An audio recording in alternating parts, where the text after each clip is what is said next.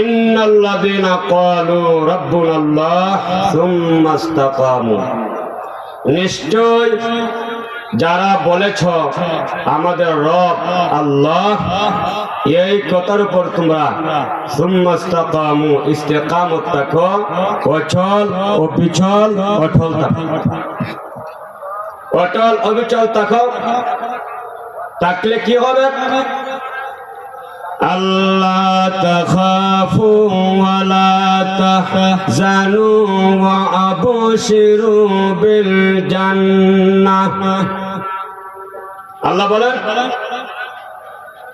তোমরা যারা বলেছো তোমাদের রব একমাত্র আল্লাহ, এই কথার উপরে তোমরা অটল থাকো অবিচল থাকো। আল্লাহ তাখাফু, তোমাদের কোনো ভয় নাই। ওয়ালা তাহজানু, তোমাদের কোনো চিন্তাও নেই, টেনশন নেই। ওয়া আবশিরু বিল জান্নাহ, যারা বলবে আমাদের রব একমাত্র আল্লাহ, তাদের কোনো ভয় নাই, টেনশনও নেই। তাদের জন্য রয়েছে সুসংবাদ মহান আল্লাহ রাব্বুল আলামিনের জান্নাতের। হর কে দারদ খৌফ হকদর দিল মুদাম, জান্নাতুল মাওয়া দেখদ উরা মুকাম। ও পৃথিবীর মানুষ, যারা বলেছ আমার রব একমাত্র আল্লাহ, এই কতর বলেছ, পিছন রয়েছ, অটল রয়েছ, তোমাদের দুনিয়াতে কোনো ভয় নাই, আখিরাতে কোনো ভয় নাই। দুনিয়াতে কোনো টেনশন নাই, পরকালে জীবনে কোনো টেনশন নাই। তোমরা সুসংবাদ গ্রহণ করো মহান আল্লাহ তরি জান্নাতে।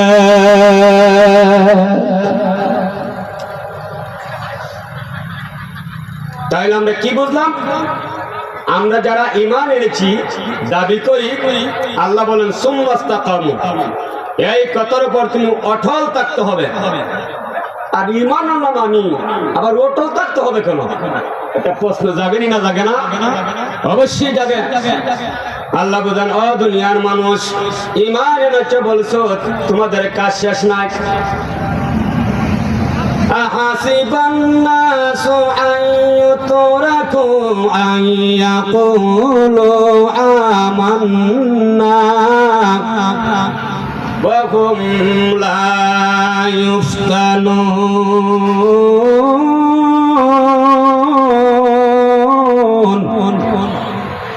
আল্লাহ রাব্বুল আলামিন, ও দুনিয়ার মানুষ, ঈমান এনেছি বললে তোমরা মুক্তি পাবে না। তোমরা মনে করো তোমাদের কোনো পরীক্ষা নিব না, না না, এত সহজ নয়।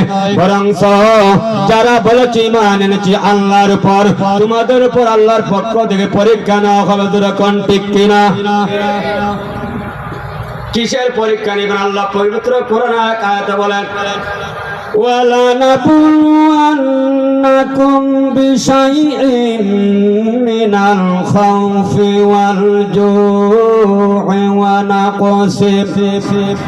وَنَقْصٍ مِّنَ الْأَمْوَالِ وَالْأَنفُسِ وَالْأَنفُسِ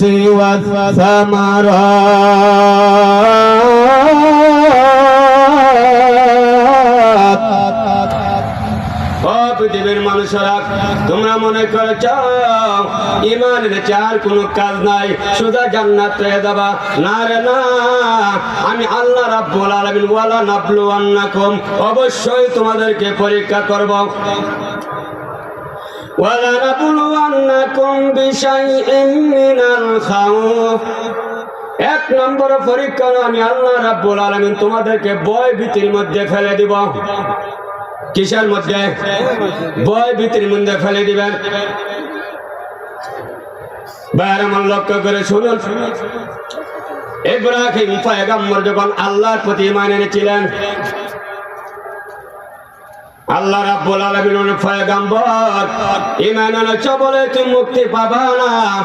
তুমি পয়গম্বর হয়েছে যে মনে করো না ঈমান আমি আমি তোমার পরীক্ষা নিব না, বরং মহান আল্লাহ রাব্বুল আলামিন আমাদের ইব্রাহিম খলিলুল্লাহ তিনটা পরীক্ষা নিয়েছিলেন। কয়টা পরীক্ষা নিয়েছিলেন? তিনটা। এর মধ্যে একটা হলো নমরুদের আগুনের মধ্যে ফেলে দিয়েছেন, ঠিক কিনা? হ্যাঁ, ইব্রাহিম পয়গম্বর ঈমান আনলেন, বেঈমান কাফেরদেরকে দাওয়াত দিলেন, ওরা ইব্রাহিমের কথা মানে নাই, শুনে নাই। একদিন বেঈমান কাফেরদের তাদের অনুষ্ঠান চলছে, মেলা চলছে। ওই মেলার মধ্যে, অনুষ্ঠানের মধ্যে ইব্রাহিম পয়গম্বরকে ওরা দাওয়াত দিয়েছেন। ইব্রাহিম পয়গম্বর বলেন, ইন্নী সাকিম, আমি অসুস্থ। আসলে ইব্রাহিম কোন অসুস্থ ছিলেন না।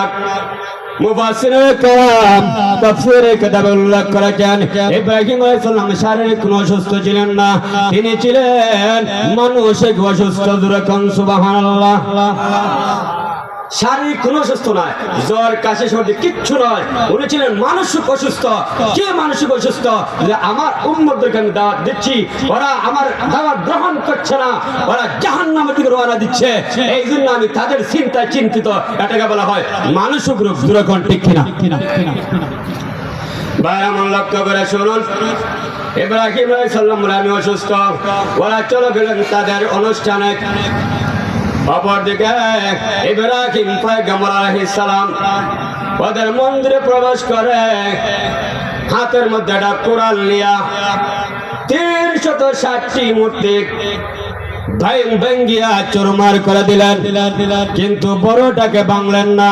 বড়টার কাঁধের মধ্যে কুড়ালটা ঝুলাইয়া রাখলেন। ওই বেঈমান কাফিররা অনুষ্ঠান শেষ করে যখন বাড়ির দিকে রওনা দিল, বাড়িতে এসে সবাই বলল, আমাদের বড় মন্দিরে গিয়া আমাদের 360 মূর্তিকে এবার আমরা সিজদা করব, তাদেরকে ভক্তি দিব। নাউজুবিল্লাহ। এই সম্মানিত কপালটা আমরা কার সামনে নত করব? জোরে কর। একমাত্র আল্লাহর সামনে। আল্লাহ রাব্বুল আলামিন পবিত্র কোরআনে আয়াতে বলেন, ওয়াবুদুল্লাহা ওয়া লা তুশরিকু বিহি শাইআ।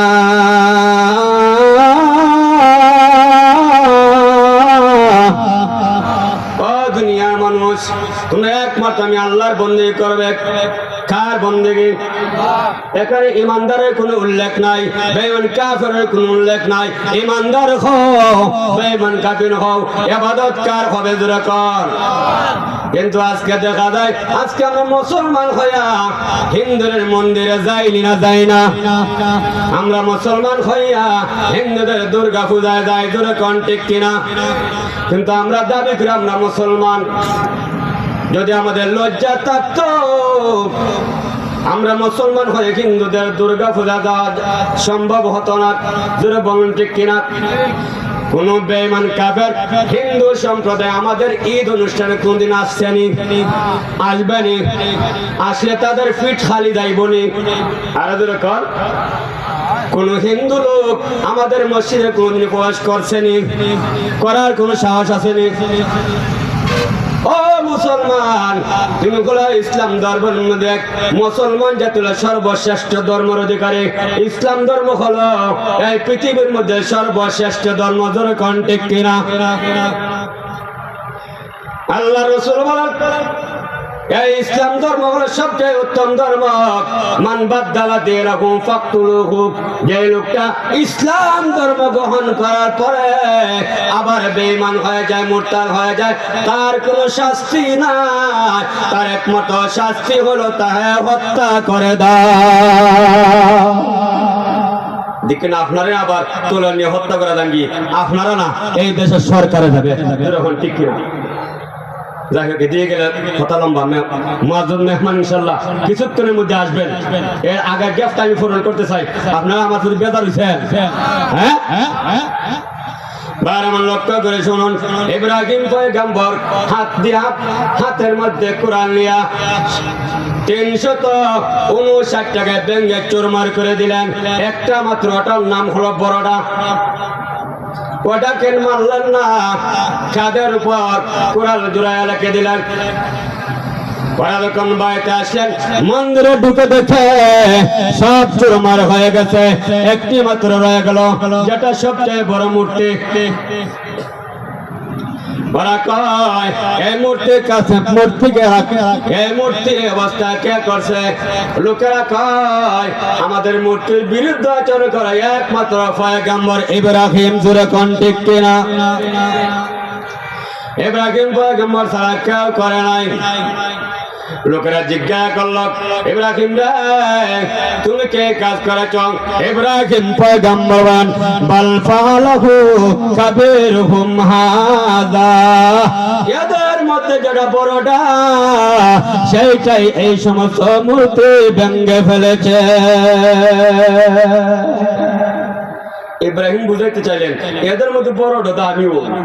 আপনার কি কন? মূর্তি বড় না মানুষ বড়? আরো যখন মূর্তি বড় না মানুষ বড়? কিন্তু ওরা ভাবছে ওদেরটা মূর্তি বড়। তখন তারা কয় যে লোকটা কথা বলতে পারে না, যে মূর্তি কথা বলতে পারে না, ওই মূর্তি আবার একজন একজনের কেমনে ভাঙে? হ্যাঁ, তখন ইব্রাহিম পয়গম্বর বলেন যে মূর্তি কথা বলতে পারে না ওই মূর্তি বন্দী করো তোমরা। কোন পাগলে ধরছে? বলেন ঠিক কিনা? তাদের রাগ কমছে না বাড়ছে? মূর্তিতে বাংশ আবার গুতাও দেও, যখন ঠিক কিনা? খাটা গায়া বাল্য বলো সিটা দেও, রাগ উঠার কথা না কথা না। নম্র ডাক দেয়া কয় তার সাথে আর কথা বাড়ানোর প্রয়োজন নাই, তাকে তাড়াতাড়ি বন্দি করো। 3 মাস পর্যন্ত লাকড়ি জমা করছে, 30 হাত দেওয়াল উষা দেওয়াল দিয়া কয়েক মাইল এরিয়া নিয়া ওই জায়গার মধ্যে লাকড়ি স্থাপন করে কেরোসিন ঢালিয়া আগুনকে উত্তপ্ত করেছে। ইব্রাহিমকে শেষ পর্যন্ত সড়ক কাজে রাখায় গুরু দিয়া ও ইব্রাহিমকে আগুনের মধ্যে ফেলে দিয়েছেন। আগুনে যখন ফেলে দিয়েছেন আল্লাহ রাব্বুল আলামিন দেখেনি না? দেখে না? আরো জোরে বলে ভাই আমার, যেই মাত্র ইব্রাহিম আগুনে পড়লেন আল্লাহ রাব্বুল আলামিন আগুনকে ডাক দেয়া কয় আগুন রে ইয়া নারু কুনি বারদাও ওয়া সালামান আলা ইব্রাহিম।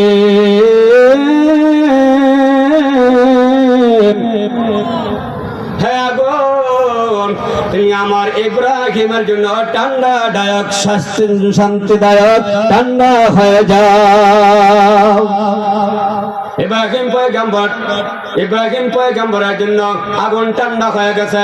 যেই মাত্র আগুন ঠান্ডা হয়েছে কবির ভাষায় বলেন আকে লুৎফে খেসরা ইজহার কর, আকে লুৎফে খেসরা ইজহার কর, বাখলিল শনার আগুন দার কর, আন্দারামা দরকে মন যা খুশাম গরচে দর সুরত মিয়া আতিশম আন্দারাওয়াত আববিয়া তোশ মিসাল আজ জাহান কা তোশ আবশ মিসাল।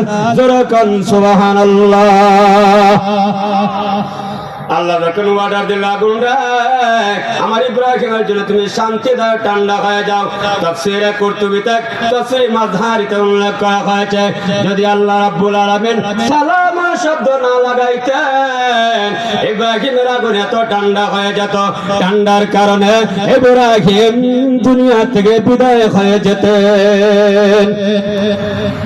তাফসীরে মাযহারিতে আরো উল্লেখ করা হয়েছে আল্লাহ রাব্বুল আলামিন যখন আগুনকে ঠান্ডা হওয়ার জন্য অর্ডার দিলেন এই ঘোষণার সাথে সাথে সারা পৃথিবীর আগুন ঠান্ডা হয়ে গিয়েছে। তাফসীরে আরো উল্লেখ করেছেন ইব্রাহিম আলাইহিস সালাতু ওয়াস সালাম এই আগুনের মধ্যে 7 দিন ছিলেন। কয়দিন? আরো জোরে কর। এই 7 দিন পর্যন্ত সারা পৃথিবীর আগুন ঠান্ডা ছিল, কোনো কাজ করে নাই। সুবহানাল্লাহ। যে আগুন ইব্রাহিমকে জ্বালানোর ক্ষমতা রাখে, এই আগুন কেন ঠান্ডা হয়ে যায়? আগুন কি মানুষের কথা বুঝে? আগুন কি আল্লাহর কথা বুঝে? বুঝেনি না? বুঝে না? যেই মাত্র আগুন ঠান্ডা হয়ে গেল, নমরুদ মনে মনে কয় এত সময় হয়ে গেল, ইব্রাহিমের কি অবস্থা একটু তাকায়া দেখে। এমনি উষা একটা বিল্ডিং এর উপরে উঠে তাকায়া দেখে ইব্রাহিম আলাইহিস সালাম জ্বলবে দূর কথা, ইব্রাহিমের একটা পশম পর্যন্ত জ্বলে না। এমনি নমরুদ ডাক দেয়া, আগুন তুই কি দৈহিক শক্তি হারিয়ে ফেলেছিস? তোর কি জ্বালানোর ক্ষমতা হারিয়ে ফেলেছিস? আগুন ডাক দেখো, বেঈমান কাফির কুতাখার, তুই আমার ক্ষমতা দেখতে চাস?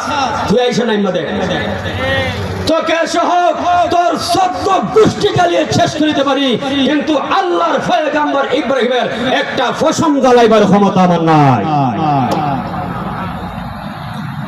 বার আমার লক্ষ্য করে শুনো, এমনি আগুন আল্লামা মুস্তাফি রহমাতুল্লাহি আলাইহি, আল্লামা রুবি রহমাতুল্লাহি আলাইহি ওনার মুসলিমি গ্রন্থে উল্লেখ করেছেন, আগুন ওনার ফার্সি ভাষায় উনি উল্লেখ করেছেন। আগুন জবাব দেয়, গুফতে আতিশ মানহুমানম আতিশাম, গুফতে আতিশ মানহুমানম আতিশাম, আন্দার আয়াত তাওবাতাম, আন্দার আয়াত তোবা বেইনি তাবুশাম, খাকবাদ আবয়াতি বন্দায়ান, খাকবাদ আবয়াতি বন্দায়ান, বামন তো মুর্দাবাহ জিন্দায়ান।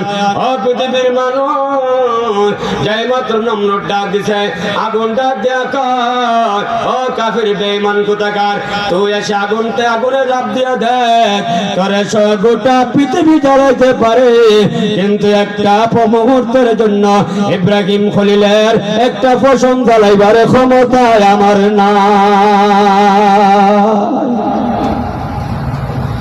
আমার কি বুঝলেন? ইমান আনলে যথেষ্ট, ইমান আনলে জান্নাতে যাওয়া যায়, কোনো পরীক্ষা নেওয়া লাগে না, পরীক্ষার সম্মুখীন হয় না। কি বুঝলেন? পরীক্ষা লাগেনি। দুনিয়ার মধ্যে সবচেয়ে বেশি পরীক্ষার সম্মুখীন হয়েছেন আম্বিয়া কেরাম। আম্বিয়া কেরাম এক জালিম বাদশা ঘোষণা করে দিছে যে এই এলাকায় যত মুসলমান আছে সবাই আমার ধর্ম আসুক, আর না হয় অগ্নিকুণ্ড তৈরি করেছে। বলতেছে যদি ঈমান আনো আমার প্রতি, আমি বাদশার প্রতি ঈমান আনো, এক আল্লাহর ইবাদত যদি ছেড়ে দাও, এক আল্লাহর প্রতি বিশ্বাস ছেড়ে দাও, আর আমি বাদশার প্রতি ঈমান আনো, আমাকে খোদা বলে স্বীকার করো, তোমাদেরকে ক্ষমা করে দেব, তোমাদের কোনো শাস্তি দেব না। আর যদি তোমরা আমি বাদশাকে খোদা বলে স্বীকার না করো, এক আল্লাহর বন্দেগীতে লিপ্ত থাকো, ওই দেখো অগ্নিকুণ্ড বানিয়ে রাখছি, ওইখানে তোমাদেরকে নিক্ষেপ করবো, তোমরা বাঁচার কোনো ক্ষমতা নাই। দলে দলে মানুষ আসতেছে, যারা ঈমান আনে তাদেরকে তার দলে নিয়ে যায়, আর যারা আল্লাহ প্রতি ঈমান রেখেছে, ঈমান ছাড়ে না, তাদেরকে অগ্নিকুণ্ডের মধ্যে নিক্ষেপ করে। জোরে কর নাউযুবিল্লাহ। হঠাৎ করে একজন মহিলা একজন ছোট্ট শিশু কুলার দুধের বাচ্চাকে নিয়ে আসলেন। বাদশা মহিলাকে ডাক দিলেন, আগুনে জাফাও, আর নাইলে আমার প্রতি ঈমান আনো। মহিলা কয়, তোর প্রতি কেন ঈমান আনবো? তুই হলো বাদশা, তুই হলো মানুষ, আমার আল্লাহ জানে আসমান জমিনের খালিক, আমি তার প্রতি ঈমান এনেছি, আমার জীবন যেতে পারে, আল্লাহর কসম করে বলে একটা মুহূর্তের জন্য আমি ঈমান ছাড়ব না। বাদশা ডাক দেখা, মহিলা গো, তোমার তো সাহস কম না, তুমি তো আগুন দেখো, ভয় পাও না? বলে ভয় পাই না। কেন ভয় পায় না? ভয় না পাওয়ার কারণ হইল এই আগুনটা জাহান্নামের আগুনের চাইতে আর 69 বেশি ঘুরবে, 69 গুণ বেশি ঠান্ডা, 69 গুণ বেশি ঠান্ডা। ওই মহিলা ঈমান ছাড়বে না। বাদশা ডাক দিয়া কয়, তোমাকে আগে আগুনে ফেলবো না, তোমার কোলের শিশুকে আগে ফেলবো। বলে ঠিক আছে। এমনি জল্লা টান দিয়া কোলের শিশুটাকে আগুনের মধ্যে নিক্ষেপ করে দিয়েছেন। নাউযুবিল্লাহ। যেই মাত্র আগুনে নিক্ষেপ করলেন, মা তো মার মনের মধ্যে মায়া আসেনি না নাই? আসেনি? মা ইতস্ত বোধ করতেছে, হায় রে হায়, একটু পরে তো আমাকে নিক্ষেপ করবে, আমাকে যখন নিক্ষেপ করবে তাহলে তো ছেলেও শেষ, আমিও শেষ। এখন কি করে একটু সময়ের জন্য নাকি তাকে খোদা বলে স্বীকার করে নিব? এমনি ওই সন্তানের জবান মহান আল্লাহ রাব্বুল আলামিন খুলে দিয়েছেন। সন্তান আগুনের ভিতর দিয়ে ডাক দিয়ে কয়, ও আমার মা, ও আমার জাদুমণি, ও আমার কলিজার টুকরা, আপনি ভয় পায়েন না, এটা আসলে আগুন নয় গো, মহান আল্লাহ আগুন রূপে পানি বানায়া দিছে। আন্দারাম দর के मन ईदा खुशम घर चे दर सूरत मिया आतिशम अंदरावे आब बियात शुनिसान अब जहान पात शस्त आब शुमसान मगो अपने गोय पेन्ना एडा शागुना महान अल्लाह रब्बुल आलामीन इब्राहिम পয়গম্বরের জন্য নমরুদের আগুন জ্বালাবে, আগুন রাখার নাই ফুলের বাগানে প্রমাণ করে দিয়েছিলেন, ফুলের বাগানে পরিণত করে দিয়েছিলেন। আপনি আগুনের মধ্যে জাপায় পড়ে দেখুন, মহান আল্লাহ আগুন রূপে পানি বানায়া দিছে। যাই হোক।